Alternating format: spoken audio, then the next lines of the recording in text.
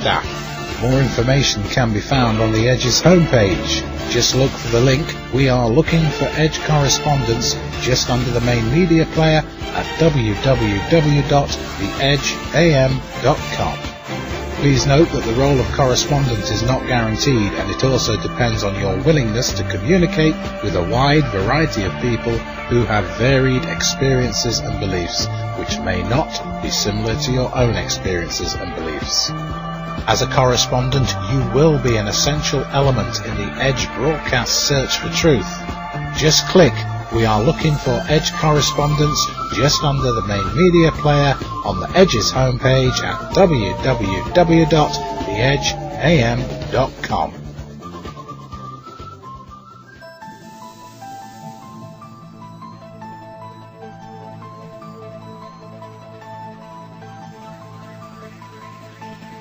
Welcome back. I'm Andy Radford here in the Edge's UK studio, and you are watching and listening to the Edge's Thursday show. If you're interested in becoming a voluntary Edge correspondent, just go to the Edge's homepage at theedgeam.com. Under our main media player, you will see the link "We are looking for Edge correspondence." Just click this and you'll see some information on your computer screens. It may take a week, maybe a week and a half for us to get back to you because we are quite busy at this time. Edge correspondence is proving very successful indeed.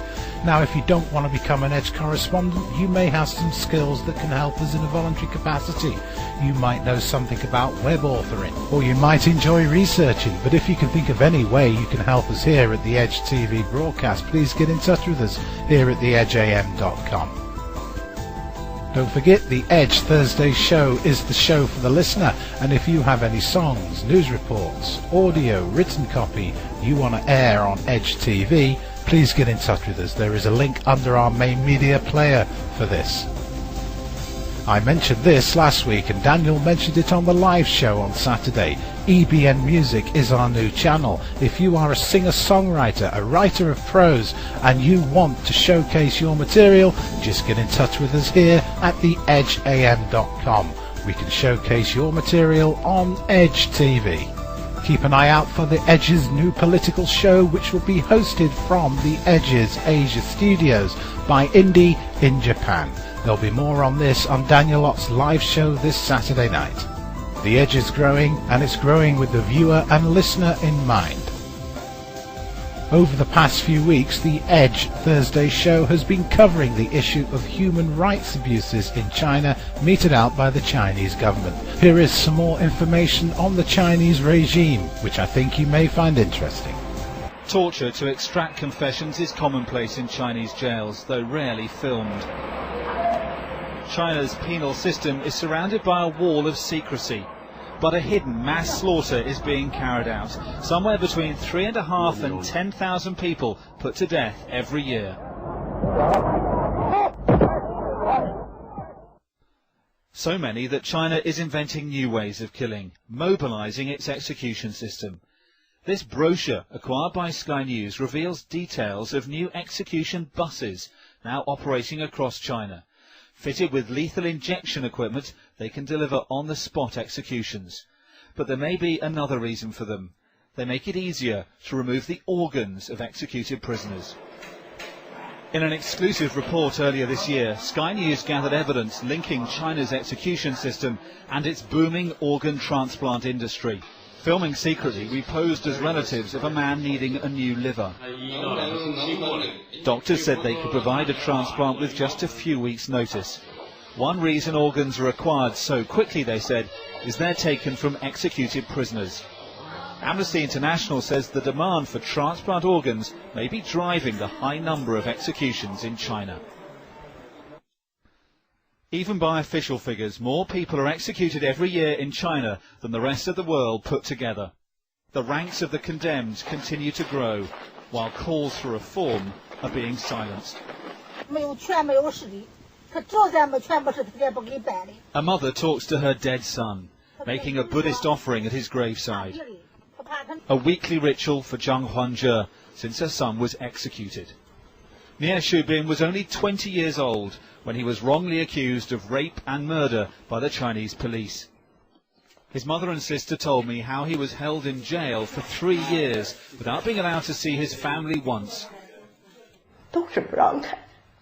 They never let me see him after his arrest. That continued till the end. I never saw him again before he was executed. And nobody told us that he had been executed. Nia was accused of attacking a woman in this field near his home. Only after his execution did another man confess to the attack, describing the crime scene in detail. But Nia's family have never been compensated. His father has attempted suicide. His family say he's lost his mind in his grief. His mother burns with rage about what happened to her son. I just had one son. All my hopes rested on him. They've destroyed my future. He was my hope for the rest of my life. Without my son, my family and I can't go on. The authorities refused to clear her son's name and help end her torment. In another province, we found another victim of Chinese justice, who was held in this prison and framed for crimes he didn't commit. Qin Yanghong was a steelworker and family man, till the state branded him a rapist and murderer. He was sentenced to death in a trial that lasted just half a day, the only evidence of false confession extracted by torture. They took turns to beat me. They don't let you sleep for days. They torment you. I still don't like to think about it. They beat me for days and tied me to the chair with my arms behind my back. It was very painful.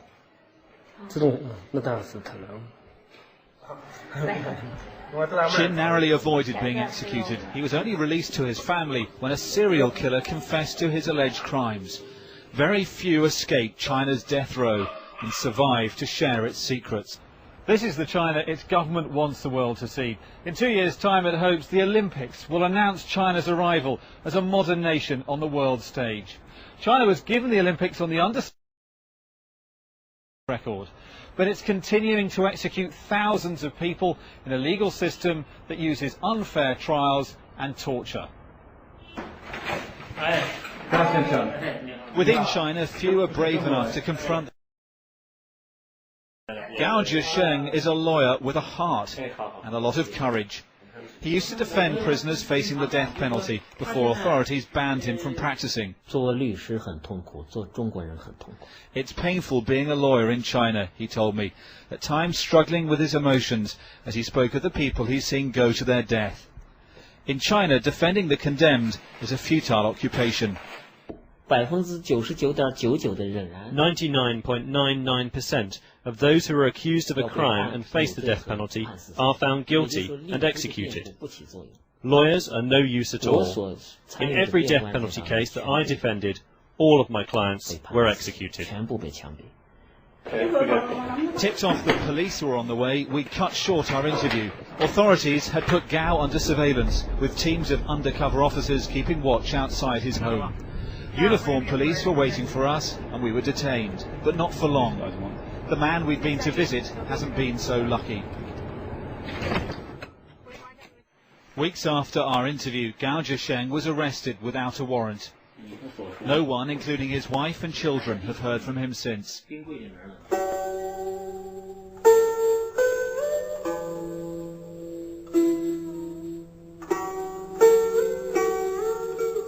This presentation provides a brief overview of human rights violations in the country of China. First, a little about the country. As of the 2007 census, the population of China hit 1.3 billion people, easily making it the most populous country in the world. As a manufacturing and industrial powerhouse, China maintains the fourth largest economy in the world today.